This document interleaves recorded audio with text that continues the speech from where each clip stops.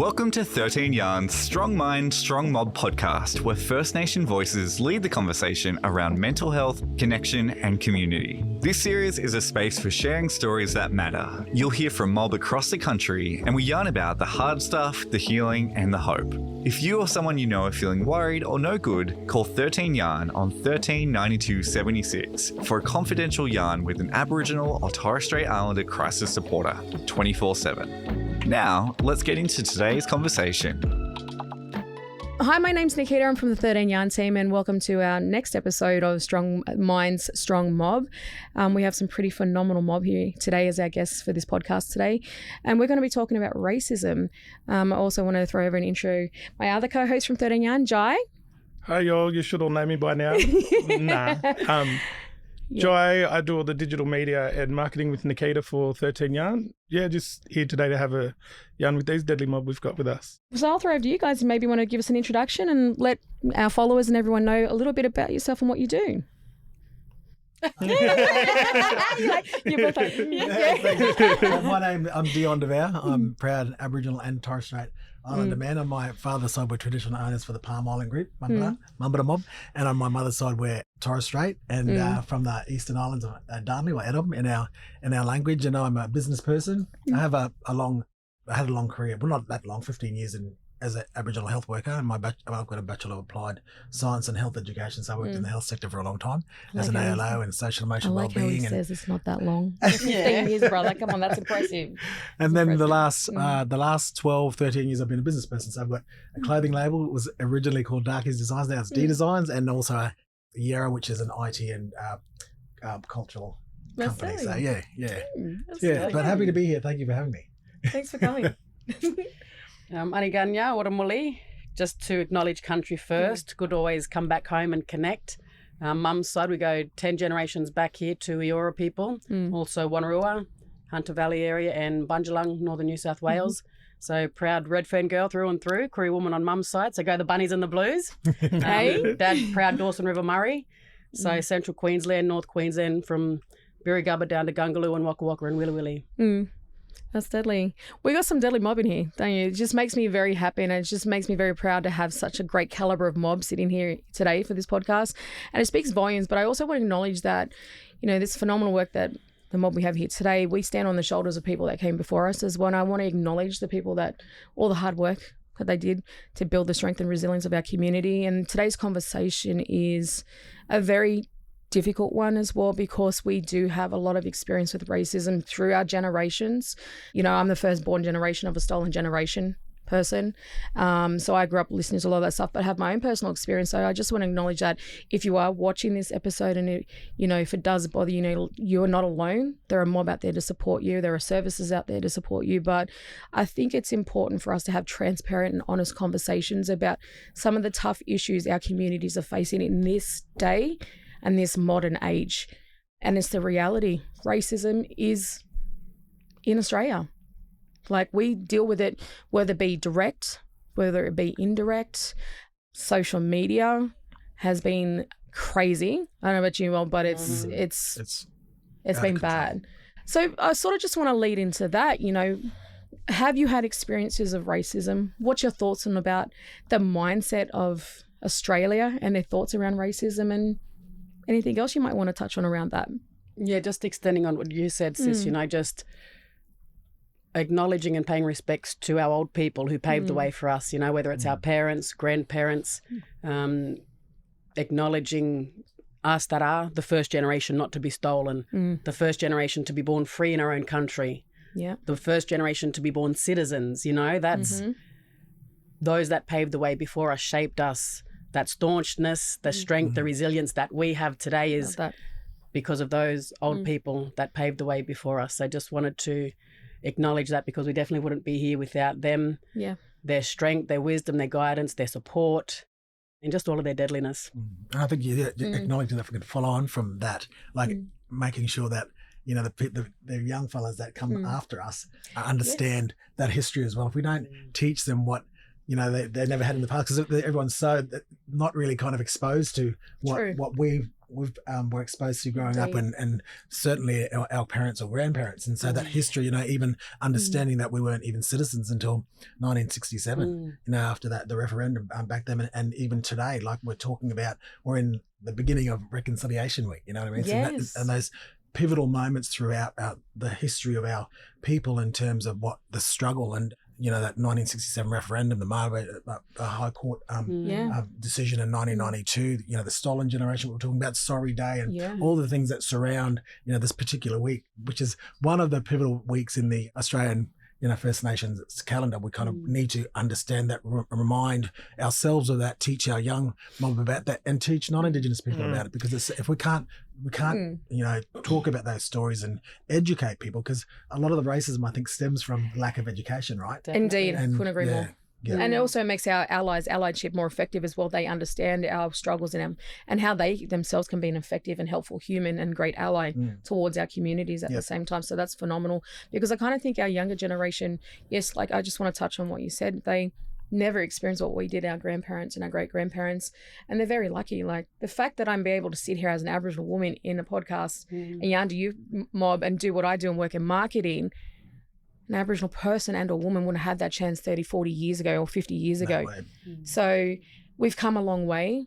We're still fighting the battle and we still are doing a lot of work. But that racism, I'm not going to lie, it really triggers me seeing it across social media. And referendum, like what are some things you mob have gone through, like experience in terms of that? With the referendum, how'd you go during the referendum or the lead up? I pretty much took some time out. We were doing a lot of cultural awareness training, a lot of anti-racism training at the time, just making people aware and sharing lived experience, but from a strength-based approach. I'm not a victim. We're not going to continue the deficit discourse. We're survivors of the oldest continuous civilizational culture in world history. Yeah. There's so much to learn, so much to share and embrace as our shared history, whether you've been here for generations or more recent arrival. When we focus on that fact, hopefully people will be more inclined to want to learn. Because when you know better, you do better. When you learn more, you can do more. And that's the focus for me, what I focus on now. Not about beating people over the head with history, because I don't blame one lot of my ancestors who would have been First Fleet descendants for the other lot that were here at the point of first contact. I embrace that as my shared history, and I hope and I envision, people in this country can also acknowledge that, because ignoring the problem doesn't solve a problem. 100%. Yet in any racist society, racism is normalized. You can't deny that this country isn't impacted by racism or any types of discrimination. Being on the receiving end of that, it impacts you mentally, physically, spiritually, culturally, financially. So it needs to be spoken about. It needs to be acknowledged. Yeah, it's also been on the receiving end, but it's also viewing it as well. Like I've seen racism, discrimination towards other multicultural, like other cultures, and the multiculturalism of Australia is sort of just like, wow, I'm offended for everyday Aussies to actually see that. But what also alarms me that is people sit back and don't do nothing about it, and they let it, and they don't actually pull them up about it. And I'm glad you kind of said that about the victim too, because we don't want to be victims. We don't see ourselves that way at all. I kind of never see myself as a victim, but that's a lot of what I'm seeing and hearing at the moment, especially across social media. It's like, stop playing the victim, like blah, blah, blah. And it's like, it's not like that, but unless you're sort of, in these shoes. There's different, forms of racism, I suppose. It's like that direct stuff that, growing up, because I'm dark skinned, but so I don't always get that, you say black, you're this, you're that, you know what I mean? So I was really uncomfortable being dark, I always wanted to be fair. And that's one of the reasons why later in life, when I did become comfortable, I called my clothing label Darkies Designs, because it's like I wanted to really embrace the fact that I was black and taking that power back. Taking that power back, but also to help other people celebrate, and I did a post recently around, the fact that, like a lot of people will get judged for not being too black or not being black enough, or you know what I mean, you don't look Aboriginal, or why don't you embrace your white side, and that's all kind of a form of racism as well, you know what I mean? And I just kind of feel like it seems like, and especially these days when we're talking about how we get hammered on social media, there's nothing that you can put up as an Aboriginal person where you're not going to get negative feedback. And it's just like it's really irritating because it's almost like there are different rules placed on us in every particular scenario and sector in society. And so we can't even have decent, meaningful, respectful conversations without being hammered by the trolls on Facebook or Insta. And it's all the same old generic stuff that comes out. It's like, and it's come up with something original, have an intelligent conversation here. You're all unemployed. You all beat your women. You're all, you know what I mean? It's just so boring. It's like, move on. You know what I mean? So they haven't come up with anything new. No, really. No. Haven't they? No. I feel for you, Joe. Like, you deal with a lot of our social media, and the amount of trolls is just outrageous. Some of the stuff that he shows me that we deal with 13 Yarn, and we're crisis support. We're here to help community, and the fact that people are actually having a go at us based on our cultural even just identity, laughing, reacting. I'm like, we're talking about suicide. Why is that funny to you? Like, for anybody, no matter their culture or their walk of life, like, someone's in need, they're in crisis. That's not a laughing matter, nor an open door for you to actually ridicule them. They're in distress. That's it. What's wrong with you?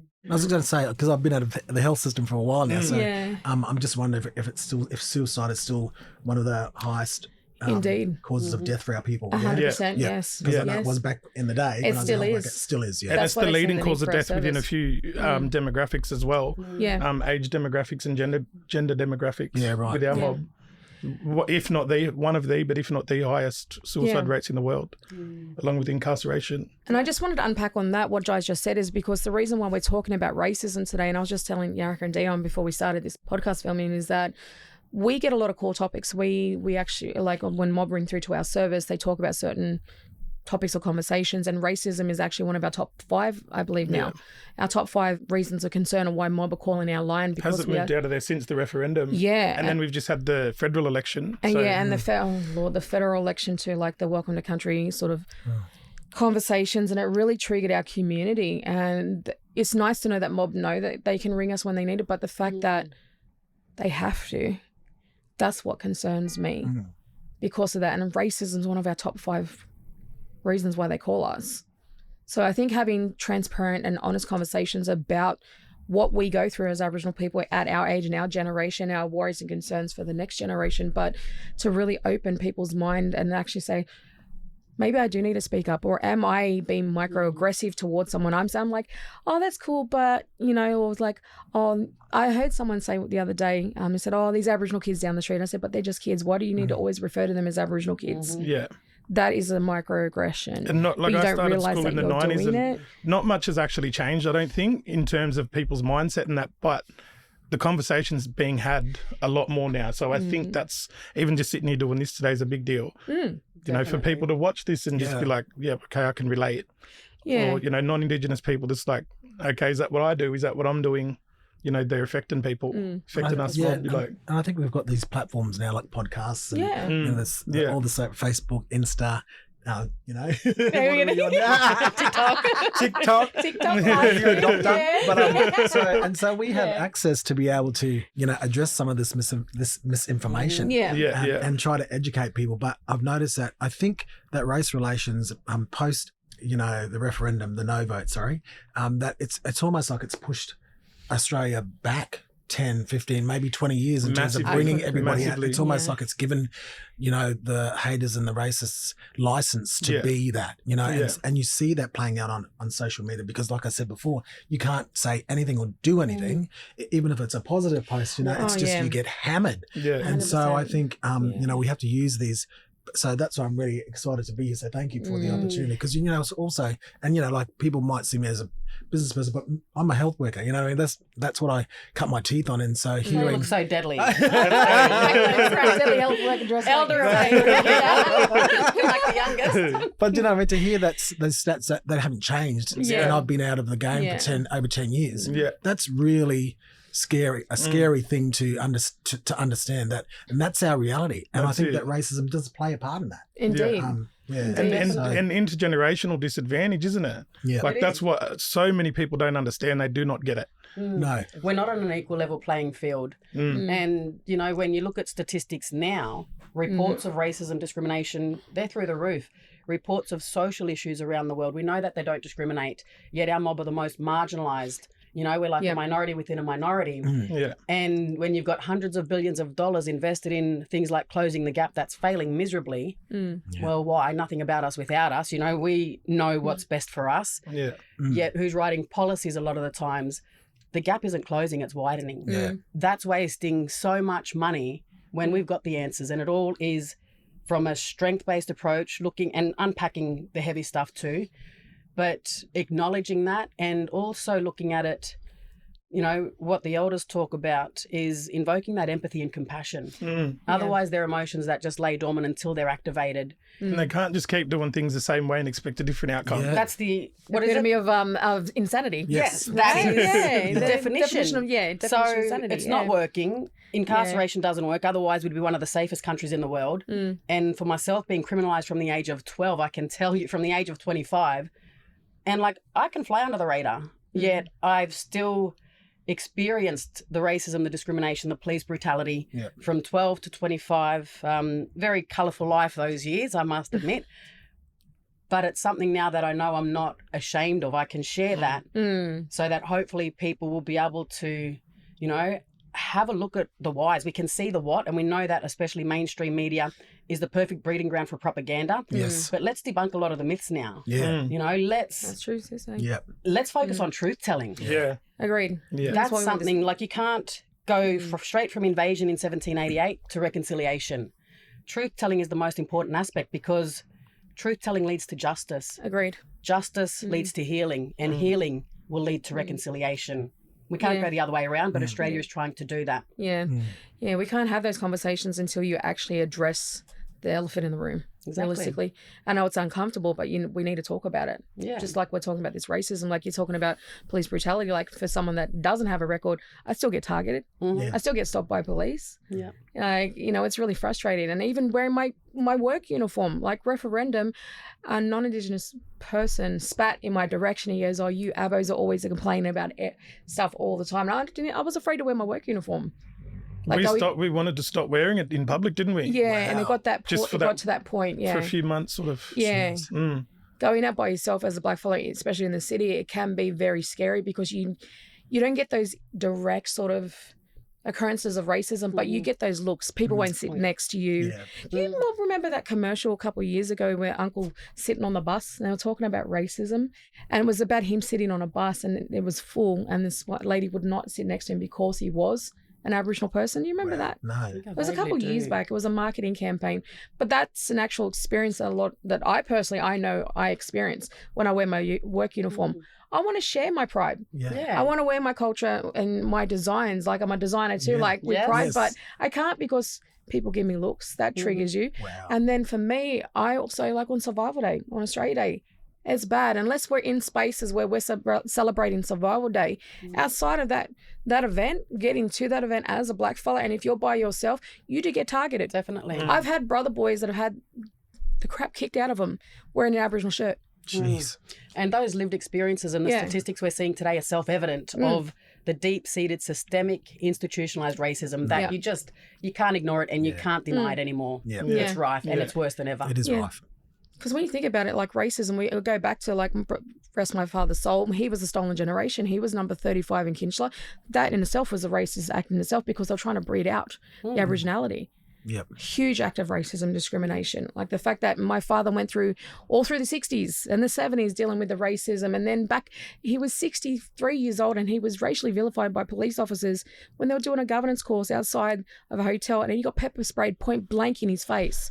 And he come home to me and he said, "Princess, if they had tasered me, I would have died." And I seen the fear in his eyes, and it made me so angry that I went on a media rampage and actually got him a human rights lawyer. And he goes, "We're never going to win, Princess. We never win." And I said, "I'll show you." Yeah. I said, That's something we need to start fighting for a little bit more, and isn't it? It's our elders, you know what I mean? Like they went through that. And the reason why I say it is it's the generational thing from our old ones to our generation to the ones that come after us, like you said, Dion, because we need to understand the impact so that we can plan for the future, like you said, sis. That's right. Yeah. Because we need to understand where we're coming from, understand where we're at now, to understand where we're going. About those conversations, you know, yes, we do become victims, but we're not victims and we're not playing victims, but we are strong and we are resilient in that sense as well. And I think I worry for our future, our young ones. social media, like Dion, you've They talked got a lot about. more to deal with. Yeah. Yes. Do you mob think that there's not enough being done across social media, and does it need to be addressed at a more state or federal level? Because I know that, like Joe, you deal with the social media, and when we have community guidelines across Meta, across Insta and all these other platforms, but they don't have that cultural lens as well, and they don't understand the impact from certain cultures, right? Do you feel like there's not enough being done in that sense? There's not. And that's why it keeps happening, because there are no consequences. We've had royal commissions, and myself and my son Quaden, took part in the Disability Royal Commission, because it's like a double-edged sword, but you're, again, a minority within a minority raising, a black man with a disability. There's no getting around it.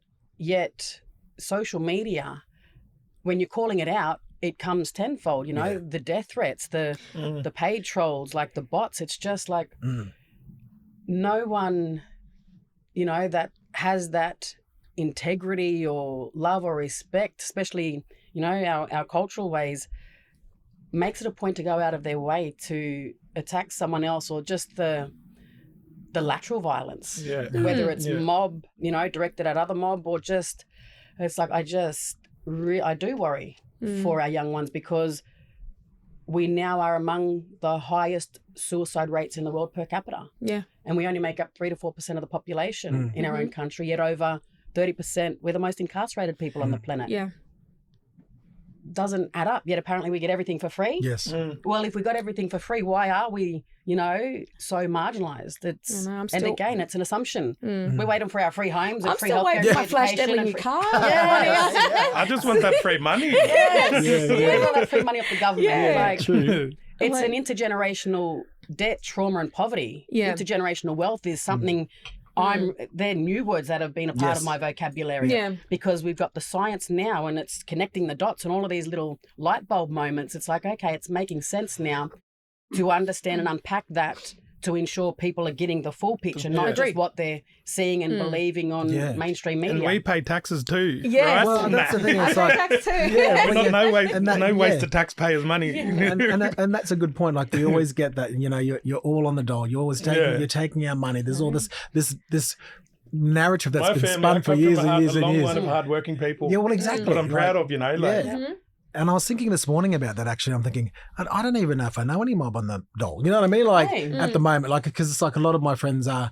the black fathers and family, but we're university educated. We've always worked. I come from, like you're saying, Guy, the one parents that are hardworking. Come up with something more intelligent to say, But I think, also we have to think about, talk about and educate, the wider community about the fact that, when they're talking about that we get all this money, we're our people are $1 billion industry. And sometimes I think, well, maybe, we're a commodity. And if we were fit and healthy and educated and strong and, successful, where would all that money go? There's people out there that make a lot of money because of our disadvantage. Yeah. And the fact capitalising off that pain and trauma and disadvantage. That's exactly right. And we are the commodity. And so I kind of feel like we need to educate the rest of Australia about there is a lot of money spent on us, but there's a lot of money spent on other mob in our country. It's not just come to, and it doesn't come directly to us. It goes to services, to organisations, to other things, programs, whatever. Yeah. But sometimes a lot of those organisations may be mismanaged, and they're not mismanaged by our people. They're mismanaged by non-Indigenous people. Yet we get all the flack. So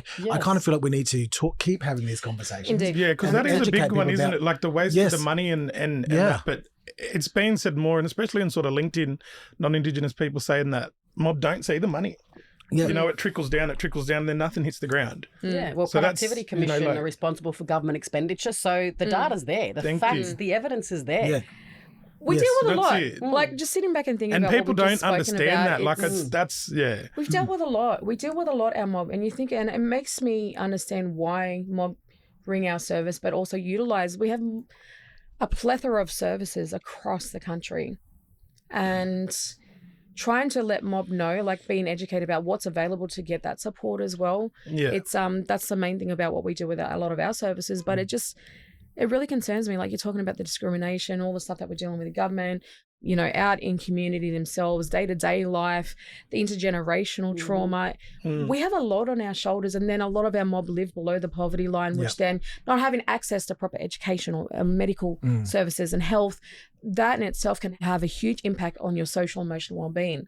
And on that, I think mob don't talk enough about the positive things of what lifts you up. What lifts you up? What nourishes your soul? What gives you strength? And that's my question to you. What gives you strength? What nourishes your soul? This right here, seeing the black excellence. Yeah, the black excellence. Picking up the black excellence. Love it. That look good on that shirt. I'd buy that shirt. But it's picking up where our old people left off so that our young ones will also pick up where we've left off. So it's all about legacy. I'm here because of my elders. I can share my lived experience, but I've learnt and been guided and supported by the most amazing elders. You know, my parents and grandparents, godparents, they're past. I'm it. You know, I've got 3 kids and 2 grandkids that rely solely on me. You're their legacy. So I think that's definitely what keeps me going, focusing on that promise that I made to my old people for my young people. You know, if they are our future, then they are the biggest asset to invest in. Yet I find a lot of our young ones are just falling through the loop, falling through the cracks, as a lot of us have done. Where is the cultural lens and the trauma-informed lens to be able to get the best possible outcomes so that we can really close the gap? That's what I find is missing a lot now, although there's more trauma-informed and culturally appropriate services, but the accessibility and the affordability for a lot of mob that might be here in Redfern or whether it's rural or remote or, you know, in marginalised communities, it's very difficult. And it all comes back to, for me, connection and culture. Yes. I know that culture has now filled the void that drugs, alcohol and crime once did for me. I have to live by example. I don't want to play into the narrative. You know, we're not a race of alcoholics drinking in parks or filling up the jails or violent criminals, you know, like we are the first of everything when you think about it. Astrologers, astronomers, humanitarians, environmentalists, scientists, engineers, the first bakers of bread, you know, genius knowledge systems on sustainability, all of these big world trends. It happened right here first by our people. That's exactly so right. What is there not to be proud of? You know, I grew up not being proud because I never saw anything that represented, you know, a positive portrayal of my people. Growing up watching Home and Away and Neighbours, there was no one that looked like us. Reading Dolly or Girlfriend or the magazines we read, there was no one that looked like us. Yeah, that's and true. Now so true. Is diversity and inclusion, what's the other words? Equity and people and culture and reconciliation. Is it just buzzwords? Because all of the funding that's put in it is not, we're not seeing it in the statistics. So I find if we focus on the real issues, like the bigger picture, rather than the debates around whether it's the flag, the day of the anthem, changing anything, doesn't change the history. Acknowledging it first and foremost needs to happen. That's it. Then we can move on. And I think that's a really good point, just because it's like, you know, all these people say that we take this, we want this, we're whinging, we're this. I know I've said this for a long time. It's just we don't want anything from anybody. We don't need it. You know what I mean? We just want to be acknowledged. That's all. Why you know what I mean? And non-Indigenous people think it's an attack on them, don't they? If we talk about history, it's like, we're not talking directly to you. We just want to talk about history and acknowledge that. And it's because it's not taught, you know, our true history is not in our school curriculums, and like a lot of the mob don't actually, that's what I was saying to you guys before around the fact that this racism stems from lack of education. They don't even know what has happened in their own country. And when we spit these statistics out and we say what's happening and what's happened, what continues to happen as a result of, you know, being colonized, then invaded, whatever word you want to use, they just and being offended by it, I think it starts at home, doesn't it? Oh yeah, no one's born racist. That's learned behaviour. Well, exactly. And what really irritates that's intergenerational for non-Indigenous people as well. The racism. It is. And what really irritates me is that, like, when we're talking about issues around the flag and that sort of stuff, and you get all these non-Indigenous mobs saying, "Oh, it's so offensive," and you know that's a racist thing to. How is by us having an Aboriginal and Torres Strait Islander flag racist.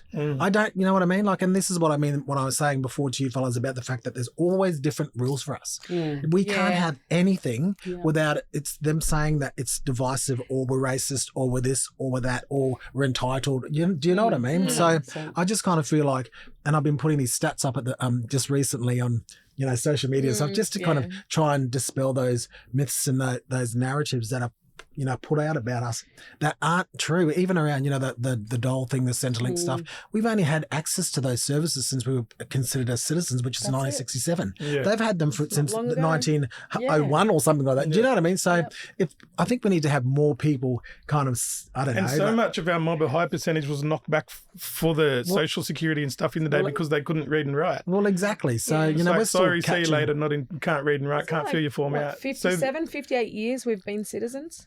Yeah. When you calculate it. 67. Yeah. So there's a lot of, we're still playing, like you were saying, it's an uneven playing field. Definitely. And it still might take a couple of generations for us to catch up. Will it ever be even? I'm not sure. But I think another thing that Racist Australia is really struggling with is the fact that it's not, the sunburnt, blonde-haired, blue-eyed Aussie male and female country anymore. We're really diverse. Yeah. And, they're worried about blackfellas. Don't be worried about us. Exactly. Worried about the other mob coming in. I'm not worried about them because I embrace multiculturalism, right? Yeah. And a lot of those mob will understand and appreciate us as the First Nations. They get it. Yeah. But those racist mob, they don't. They hate it. It's kind of sad that we are appreciated more by other cultures that come and visit and or say as newcomers to Australia. They appreciate us more than people that actually live in Australia. Look, I'm a little bit sort of both between that.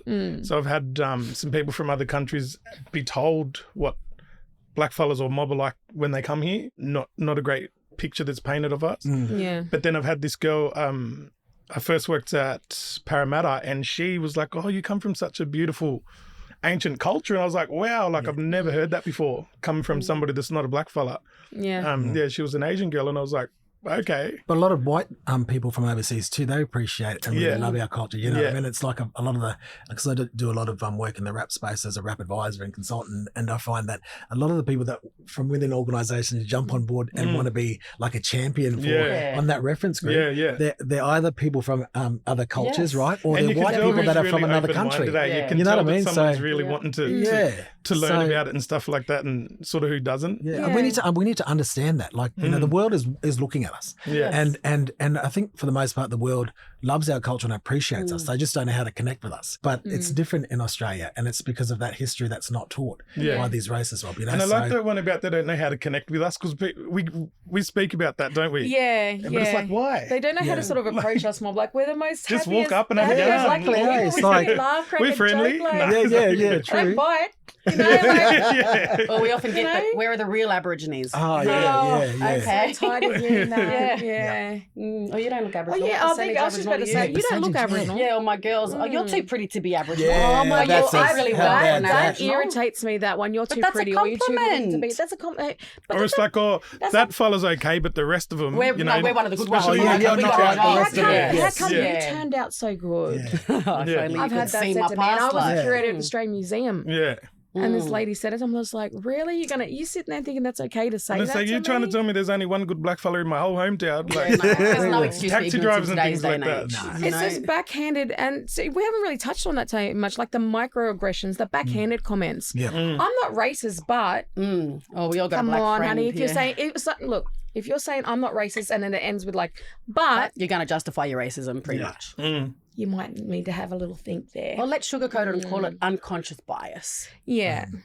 Yep. It's and I don't think people are very self-aware, and it's about self-awareness. Realistically, 100%. People doing the inner work to understand that maybe I am, or maybe I do have undertones of racism, those microaggressions, and I need to stop, or just unlearn, relearn, apply your critical thinking. There's all the evidence is there. Think about your own family or siblings or children being spoken to the way you think about our kids. Yeah. But you know what, I think we need to, and this is where our allies can come in so handy, you know what I mean? Yeah. Because especially around using our own platforms and the power of social media and having these allies, because sometimes, a lot of the time, I should say, when they hear it from us, it falls on deaf ears. But if they hear it from their own, so I encourage those allies to say, what can I do to help? I said, well, say some of the stuff that we're saying. Yeah. You need to say it, because they can't hear it when it comes from us. If they hear it from you, they go, they might go, oh, okay, maybe there is, you're talking about, you know what I mean? Like That there's microaggressions and that sort of yes. stuff. I kind of feel like we need to encourage our allies to do that as well. Yeah. And I think that we can do it a lot easier now that we have our platforms and the power of social media. It's a good perspective, because do you think it's sort of like how we said that it's like a knee-jerk reaction for someone that is when we try to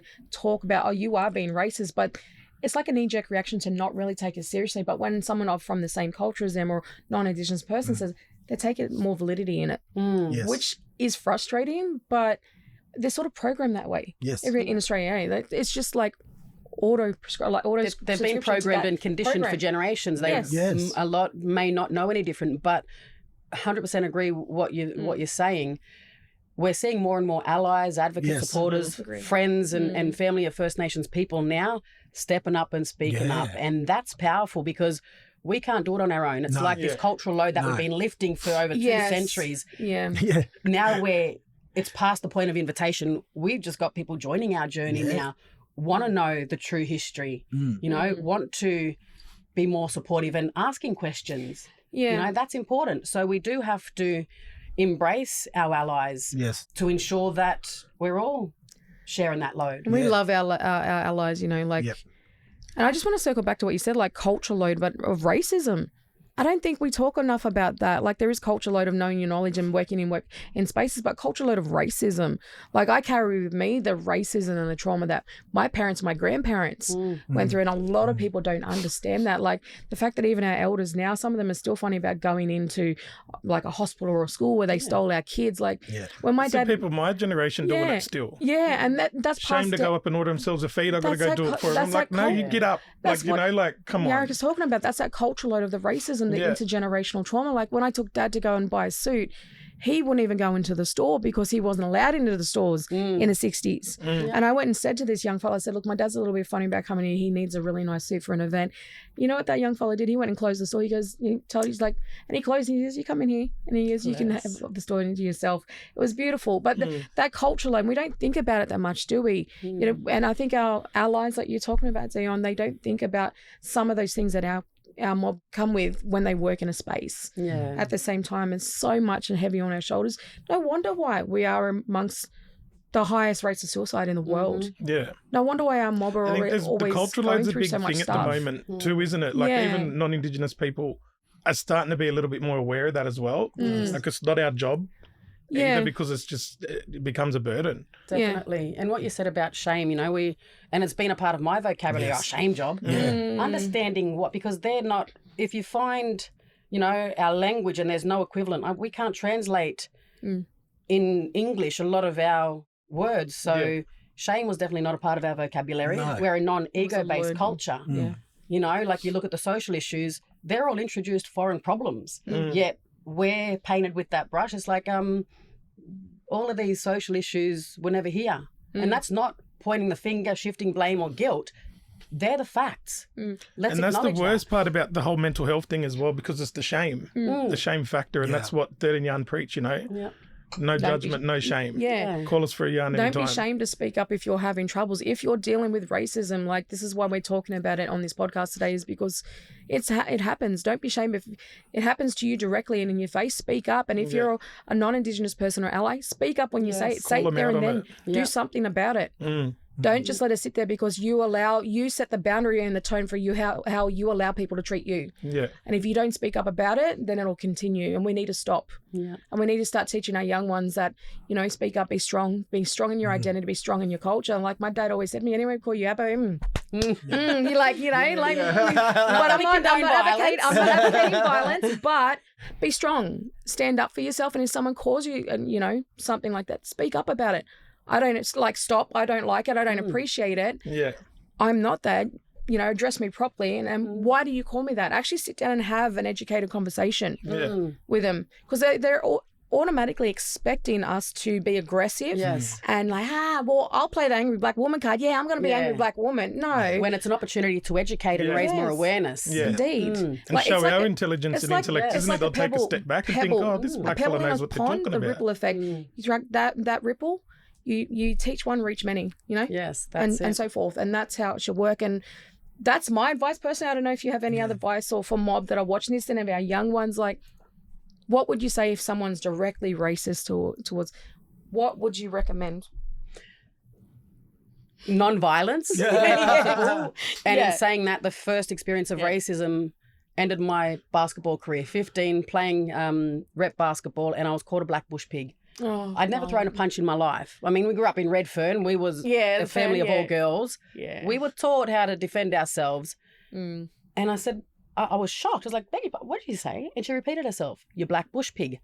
First king it I've ever thrown, blood everywhere, got ejected, suspended, and I never played basketball again professionally. Was that person reprimanded for what they said No. to you, sis? No.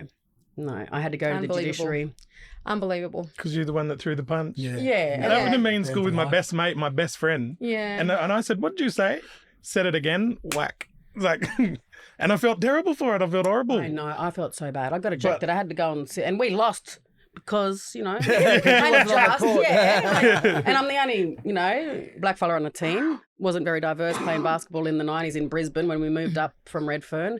So I did feel that I was targeted a lot. Yeah. Even though I can fly under the radar, and a lot of people might not think I'm Aboriginal, so you often hear a lot of the casual abo jokes and you're expected to laugh at it. Yeah. And, even my kids coming home saying they're called all the derogatory terms that we all grew up here, and I was like, is this still going on? And I used to tell my kids, just ignore it.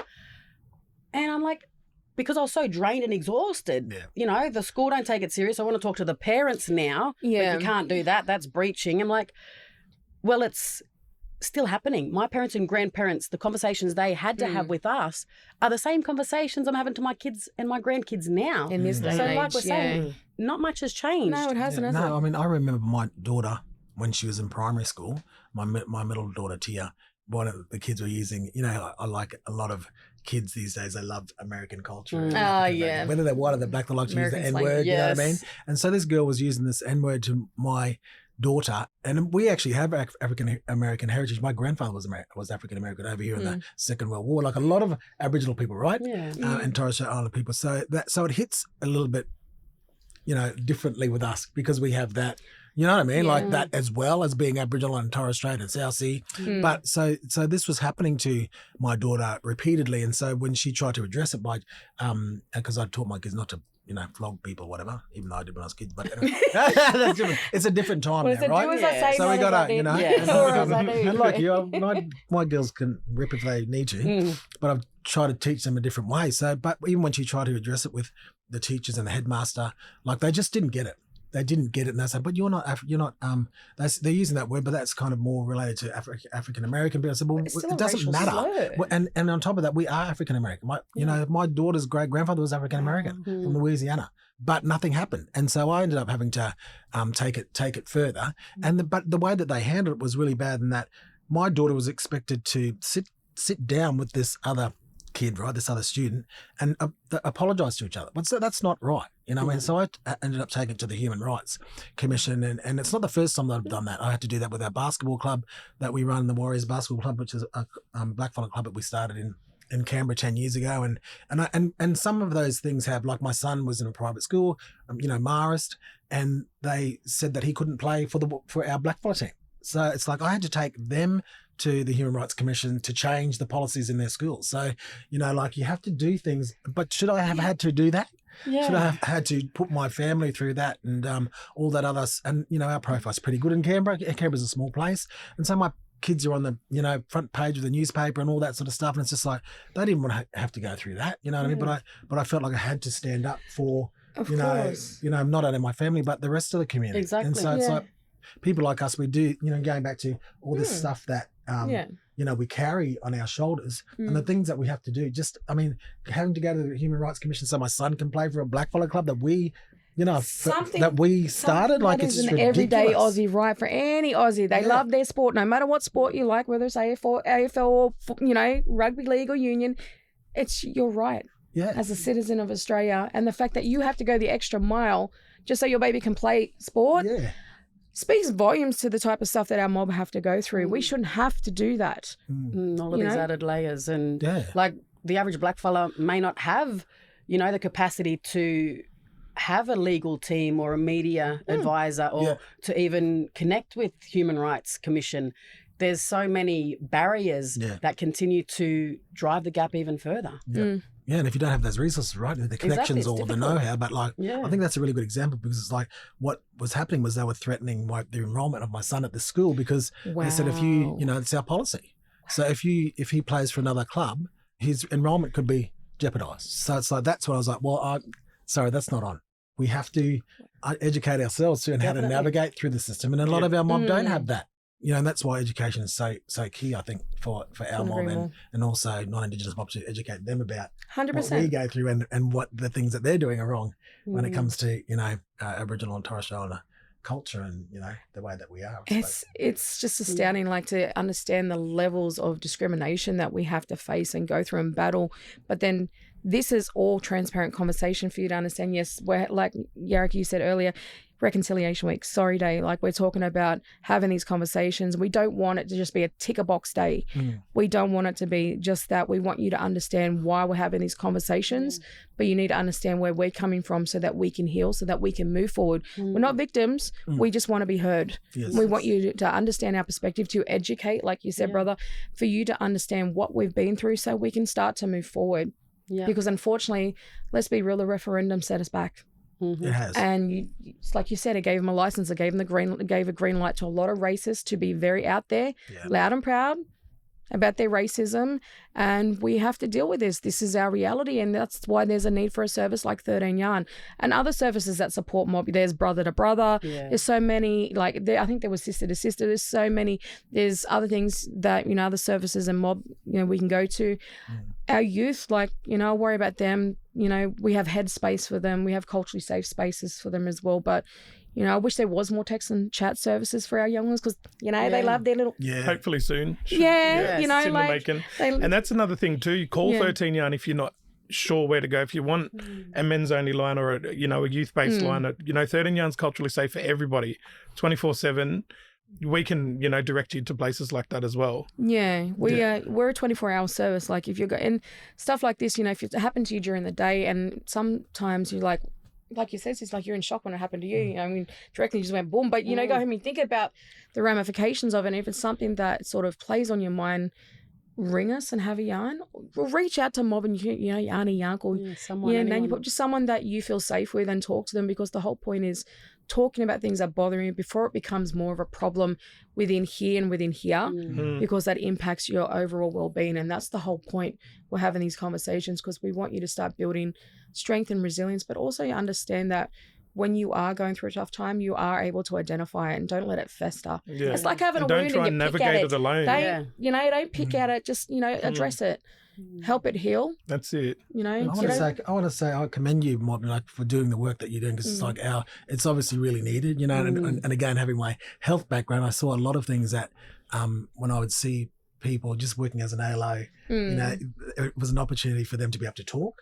You know, where they'd never had that before. And a lot of the times I was having these conversations with people that weren't the actual client, the patient in the hospital. It was their friends and family members, you know what I mean? So I know from that experience and working in the sector for 15 years that there is a need for us to be able to talk. And I think by you guys and doing what you're doing, it's such an awesome thing for people to be able to access that. And you know, like, obviously what you're doing, you're passionate about. It's not the easiest job in the world. That's the thing, like, on that too, early on in the piece, there was a lot of, look, when 13 Yarn first launched, it's finally we got something for our countrymen, finally we got something for our sisters and brothers, and that kind of thing as well. A lot of it is still, why do you need a blackfella specific service? And there are many, many reasons behind that.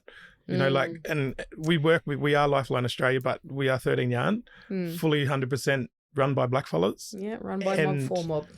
You know, there were studies and stuff. There's a lot of barriers for a blackfella when they call Lifeline as opposed to 13 Yarn, and that's why 13 Yarn is here today. And that's what I mean by that, because it's like, you know, you see these, and going back to what we were talking about before, the billions of dollars that are spent, you know, on, which actually go to non-Indigenous services that have better report writing and accessibility to, you know, all those sorts of things. So they get the money. It's a white organisation. They're saying, well, we're getting these monies. We're going to provide a service for Aboriginal people. They don't know how to do it. That's right. So it's almost like it's just it's a null and void. It's like you can't. So what you guys are doing, you've obviously, you said you're part of Lifeline, right? But the blackfellas, Annie developed the Marge, service. Annie so it's Marge went culturally out and she appropriate, always so- says she went with a blank piece of paper. Sorry for cutting you off. She always says, I went out with a blank piece of paper and went to many gonna bring different yarn now. communities. What is the number? 13, 92, 76. No. But Sorry. she sat in the dirt with mob and said, what do you want this to look like? Yeah. Because I'm not going to launch this without knowing what, people from different It's areas of the co-design. country, Well, it is, urban, rural, remote, everywhere she went. So it was good like that. It's like you said, Yarraka, nothing with us without, nothing for us without us. But yeah, what you said, sis, co-design. Yeah. I find that is the key. And this is not a buzzword that's been trending recently. It's what our mob have always been doing. Yeah. Because what that does is it offers a more holistic, collaborative approach when you think about it, which is different to this Western model, right? That just tends to usually focus on Band-Aid solutions. Yeah. We get to the root cause of the problem when you look at our services like 1-3 Yarn, our medical centres, our community-controlled services, whatever they may be, because we've got the knowledge, the wisdom, the experience, the expertise. We know the problems, we're the faces behind the statistics, but we've also got the solutions. And Definitely. that's what I love. I have to focus on being optimistic and hopeful, knowing that, God forbid anything happened to me, my kids and my grandkids are going to be okay. If that happened anytime soon, the state of this country, I am not confident. I know my spirit wouldn't be at ease. So it's what fuels that fire in my belly to ensure that I got to get up every day. I feel my old people kicking me up the bunty. Like, this is not, traveling the country and globally online, pretty much doing anti-racism training, or call it cultural awareness or unconscious bias, all the buzzwords. For a young, black woman, it's like yourselves, it's not an easy job. No. But it is so important. Yes. And it's not a 9 to 5 for me. This is my cultural obligation. That's it. I saw the impact it was having on my parents and grandparents. I'm now picking up where they've left off. And that's my cultural obligation to them, to my family, my community, especially Redfern, to ensure that I'm helping to right the wrongs of the past, not adding, to a lot of the statistics. So that's why I had to snap out of it. I was 25. I finally saw the light, and I'm hoping and praying that just by us sharing our stories and having more of the uncomfortable yarns, like get out of the comfort zone, allow yourselves to be vulnerable. That's where the most growth and impact happens. That's why my life's an open book. I'll tell you everything about me before anyone else, because no one's got nothing on me. And that's why I love just having a yarn as mob. This is what we do. We're the first storytellers in the world. So it comes naturally. I think that's a good point. Like, sis, talking about your past. We've all got a past, and we all weren't, we're all not perfect, but to Thank see. God social media wasn't around. I am grateful for that. Photos. I look at my kids today and think, they're timid. You're like, compared to what we used to do, it's like, not that I wanted to do that. Do you know what I mean? But I think like you're leading by example, right? And you can show someone that their past doesn't define their future.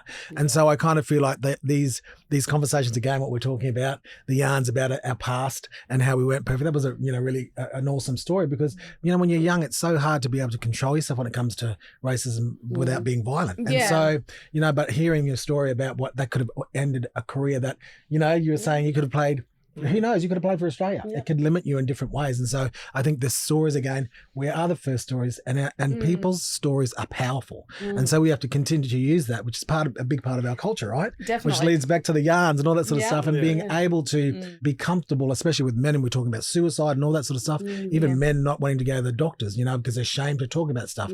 I think, your organisation and what we're doing here today to encourage our mob to yarn, because we are good yarners and we are storytellers, like you said.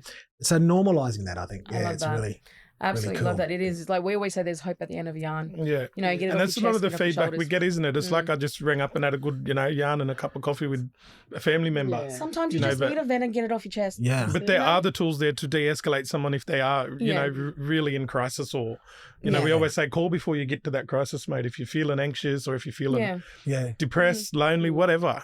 Just call for a yarn, And I come back to what I said, those confessors, they can lead to an atmosphere of suicide. We want to give you the tools to build the strength and resilience to address problems that are concerning you, so that you don't get to the point where you feel like you're not coping and you talk about suicide. Even mob are funny about saying the word suicide, as what we found in our job the past 4 years. Like they don't even want to say suicide. Yeah. Oh, The stigma being behind silly it. or doing something silly. Like I believe you should call and say what it is.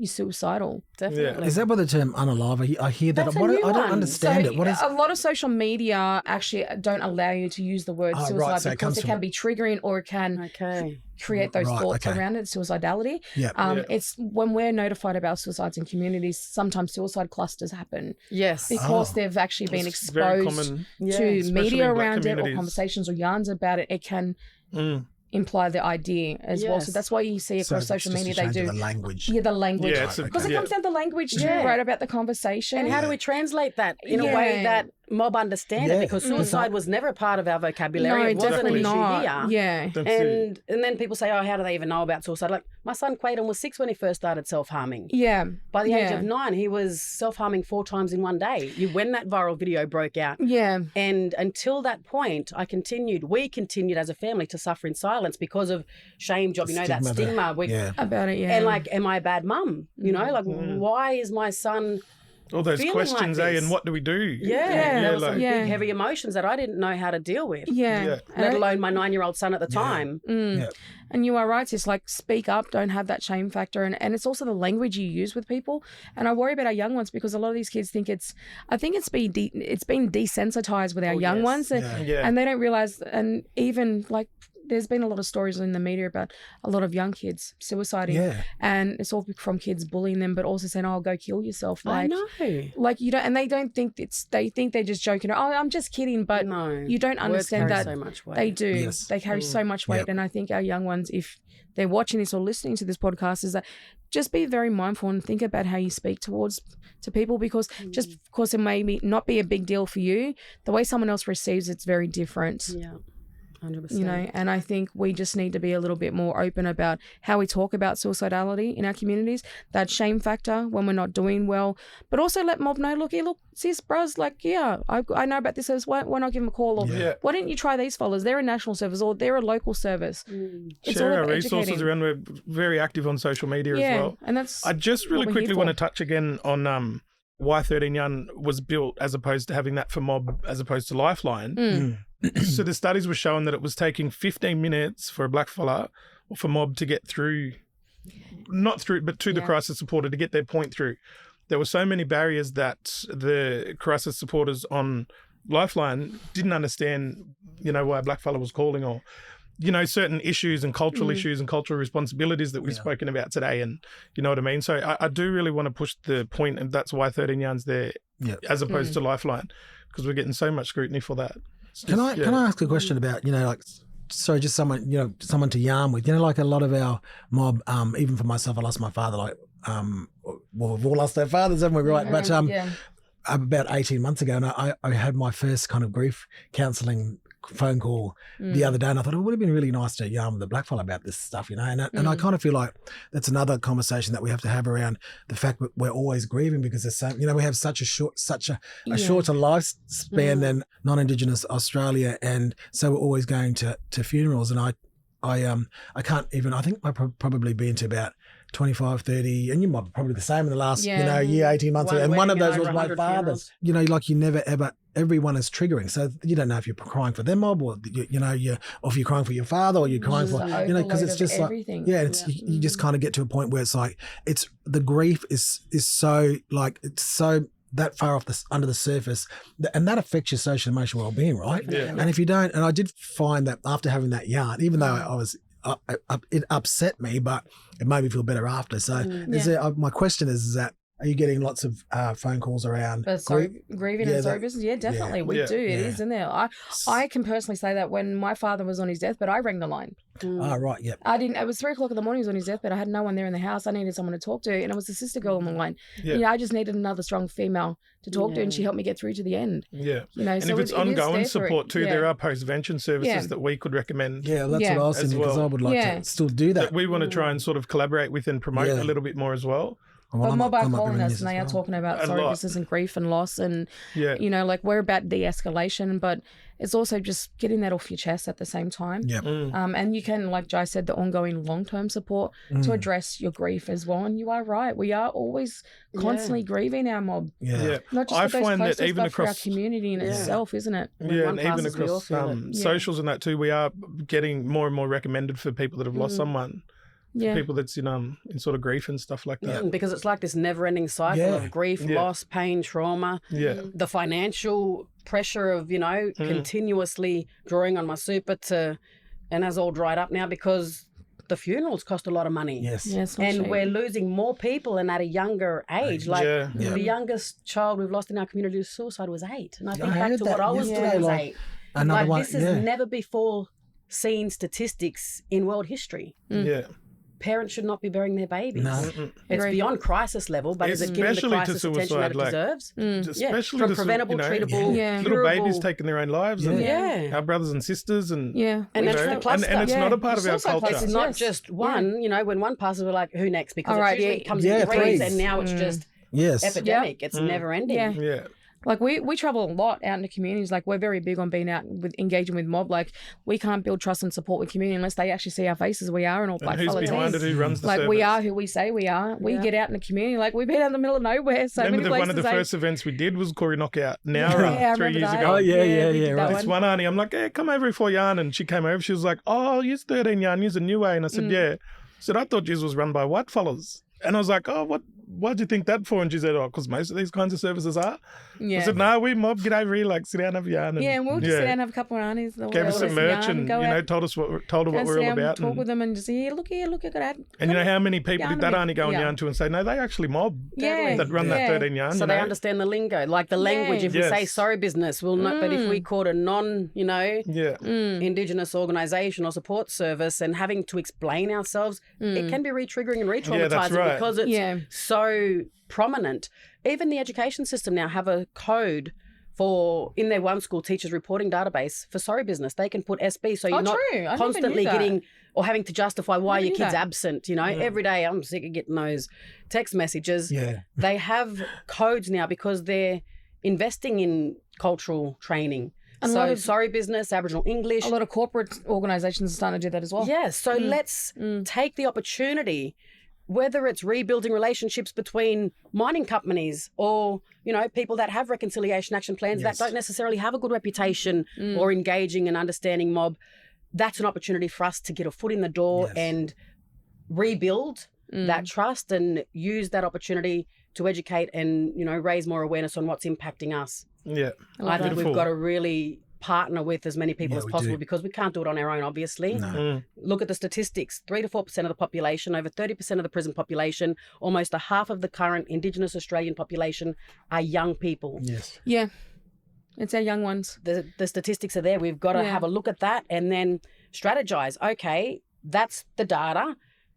That's, a lot of us are in that come under that vulnerability. Look at all the support services now and allies available to have that long-term wraparound support. Yeah. It's so important. And it's good to see that we can actually have yarns and raise more awareness so that mob now know, I can call 13 yarn and I can get another black fellow, whether it's...